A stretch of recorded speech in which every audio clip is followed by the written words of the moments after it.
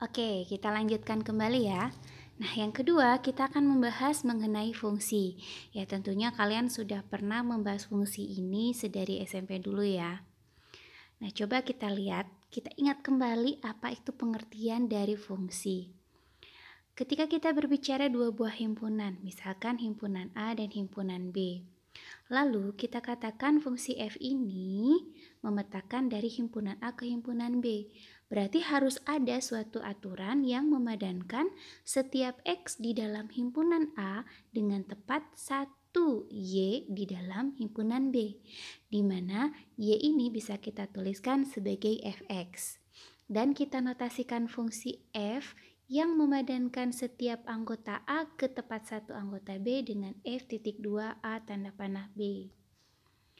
Coba kita perhatikan, misal kita punya himpunan A dan kita punya himpunan B, lalu kita punya sembarang X anggota A, dia akan tepat dipadankan ke 1Y di dalam B, sehingga kita bisa menuliskan Y ini sebagai Fx atau nilai dari Fx.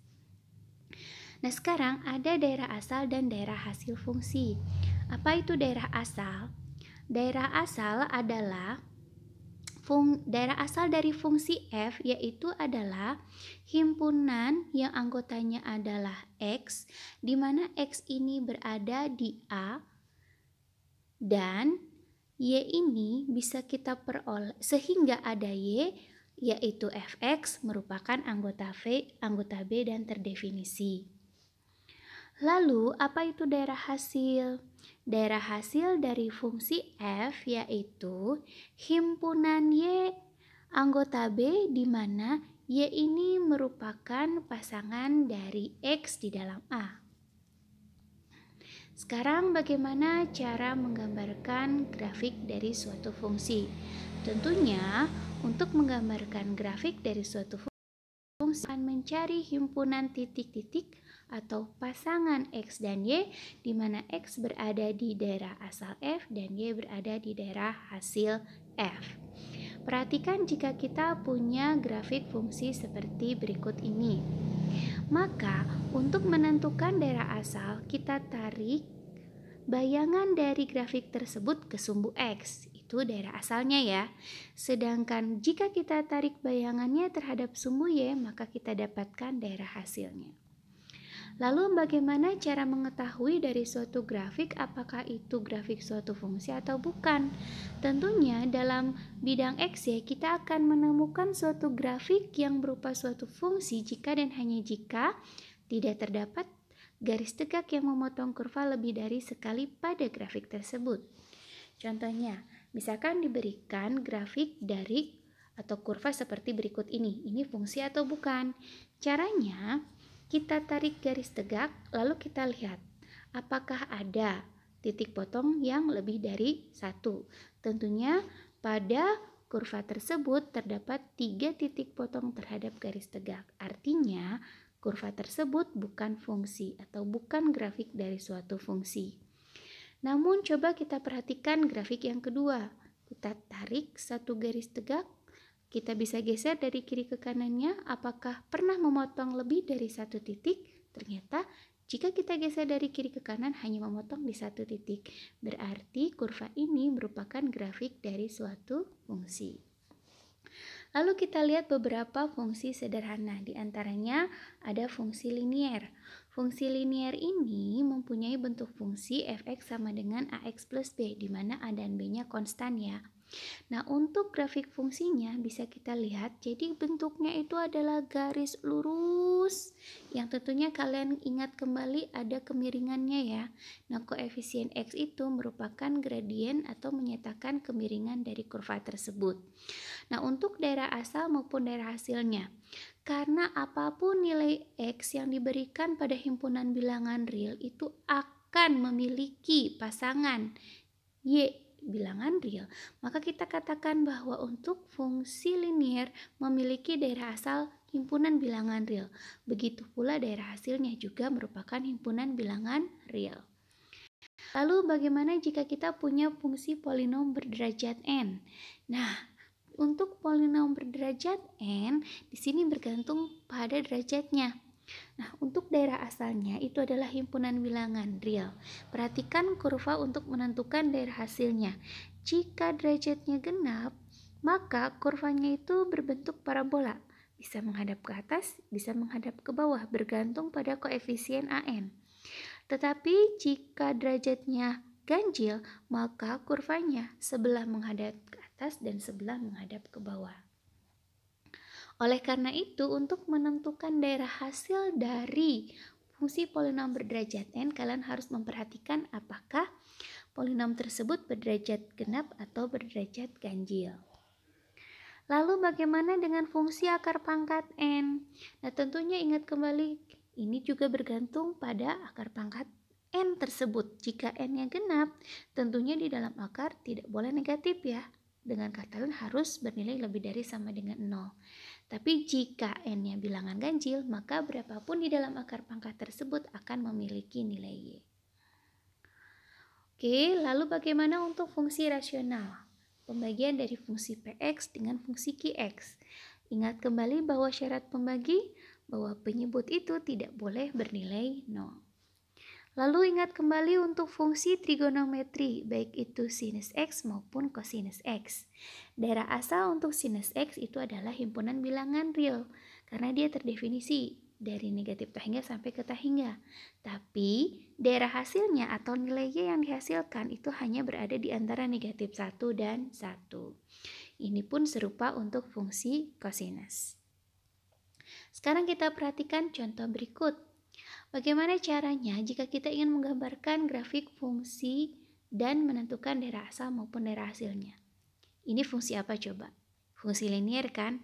Dan tentunya kalau kita gambarkan fungsi linier ini, dia akan memotong di sumbu X maupun di sumbu Y.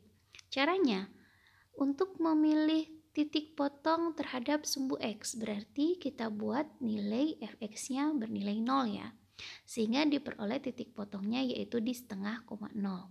Sedangkan untuk memperoleh titik potong pada sumbu Y berarti kita buat X-nya bernilai 0 sehingga diperoleh titik potongnya 0, negatif 1. Lalu gambarkan garis lurus yang melalui kedua titik potong tersebut. Dari gambar bisa kita lihat bahwa daerah asal maupun daerah hasil dari fungsi tersebut itu adalah himpunan bilangan real. Lalu kita lihat contoh yang kedua, bagaimana cara menggambarkan fungsi dan menentukan daerah asal maupun daerah hasil dari fungsi kuadrat. Fx sama dengan x kuadrat dikurang 2x dikurang 3. Cara yang paling mudah adalah untuk menggambarkan fungsi ini kita ubah dulu menjadi bentuk kuadrat sempurna. X kuadrat dikurang 2x dikurang 3 bisa kita tulis ulang menjadi x min 1 dikuadratkan dikurangi 4. Sehingga untuk fungsi parabola seperti ini, kalau kita gambarkan dia kita tahu bahwa kurvanya menghadap ke atas karena koefisien x kuadratnya positif dan mempunyai titik lembah yaitu di 1, negatif 4. Lalu dia mempunyai dua titik potong yaitu ketika x kuadrat dikurang 2x dikurang 3 sama dengan 0, yaitu berada pada saat x-nya sama dengan negatif 1 atau pada saat x-nya sama dengan 3. Lalu kita gambarkan parabola menghadap ke atas yang melalui ketiga titik yang diketahui tadi. Dan bisa kita lihat dari gambar bahwa daerah asal untuk fungsi tersebut yaitu himpunan bilangan real, sedangkan untuk menentukan daerah hasilnya jika dilihat di gambar sebenarnya udah ketahuan ya bahwa daerah hasilnya kalau kita lihat bayangannya di sumbu Y itu dimulai dari negatif 4 sampai tak hingga. Nah, tapi kalau seandainya kita tidak tahu gambarnya, caranya perhatikan dulu fungsi fx tadi sudah kita tuliskan ke dalam bentuk x min 1 dikuadratkan dikurangi 4. Nah, untuk x min 1 dikuadratkan itu hasilnya akan selalu lebih dari sama dengan 0. Sehingga dari bentuk x min 1 dikuadratkan ini supaya menjadi fx tinggal kita kurangkan 4 di kedua ruas. Jadi diperoleh x min 1 kuadrat dikurang 4 itu lebih dari sama dengan negatif 4. Karena x min 1 kuadrat dikurang 4 itu tadi adalah fungsi fx, maka kita peroleh daerah hasilnya kota bilangan real di mana y tersebut lebih dari sama dengan negatif 4 atau selang negatif 4, tak hingga tertutup di negatif 4. Contoh selanjutnya, daerah asal dan daerah hasil dari fungsi f(x) sama dengan negatif dari akar x kuadrat dikurang 2x dikurang 3. Ingat kembali ini merupakan fungsi akar dan akarnya akar pangkat 2, berarti akar pangkat genap ya. Syaratnya bahwa di dalam akar tersebut tidak boleh negatif. Artinya daerah asal untuk fungsi f itu adalah x anggota bilangan real, di mana x kuadrat dikurang 2x dikurang 3 haruslah lebih dari sama dengan 0. Nah, untuk menyelesaikan ketaksamaan tersebut, caranya kita faktorkan, lalu kita gunakan uji garis bilangan bertanda, sehingga diperoleh daerah asal untuk versi tersebut adalah x anggota bilangan real di mana x kurang dari negatif 1 atau x lebih dari sama dengan 3. Selanjutnya bagaimana untuk menentukan daerah hasilnya? Kita bisa mengawali informasi bahwa x kuadrat dikurang 2x dikurang 3 itu lebih dari sama dengan 0. Sehingga untuk merubahnya menjadi fx, pertama kalau kita hitung akar kedua ruasnya itu pasti lebih dari sama dengan 0, dan kalau kita kalikan negatif akan menjadi kurang dari sama dengan 0. Sehingga diperoleh daerah hasil untuk fungsi tersebut adalah y anggota bilangan real di mana y-nya kurang dari sama dengan 0. Oke.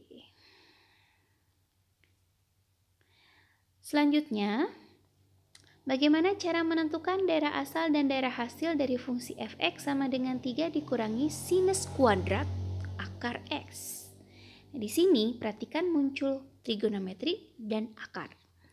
Jadi untuk menentukan daerah hasilnya, perhatikan x-nya. X berada di dalam apa? Di dalam akar x. Berarti daerah asal dari fungsi tersebut haruslah x lebih dari sama dengan 0. Sedangkan untuk menentukan daerah hasilnya kita bisa mengawali dari fungsi sinus.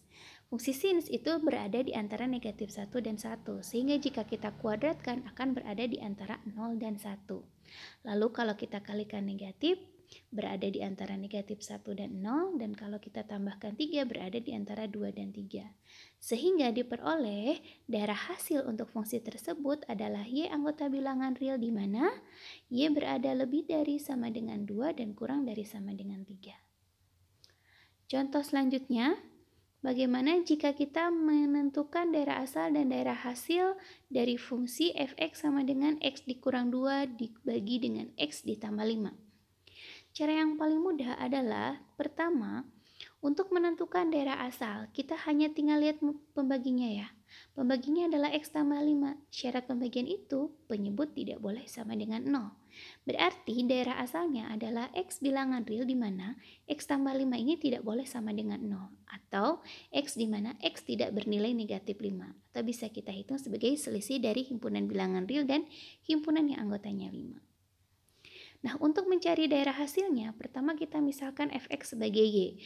Maka kita punya persamaan y sama dengan x dikurang 2 dibagi dengan x tambah 5.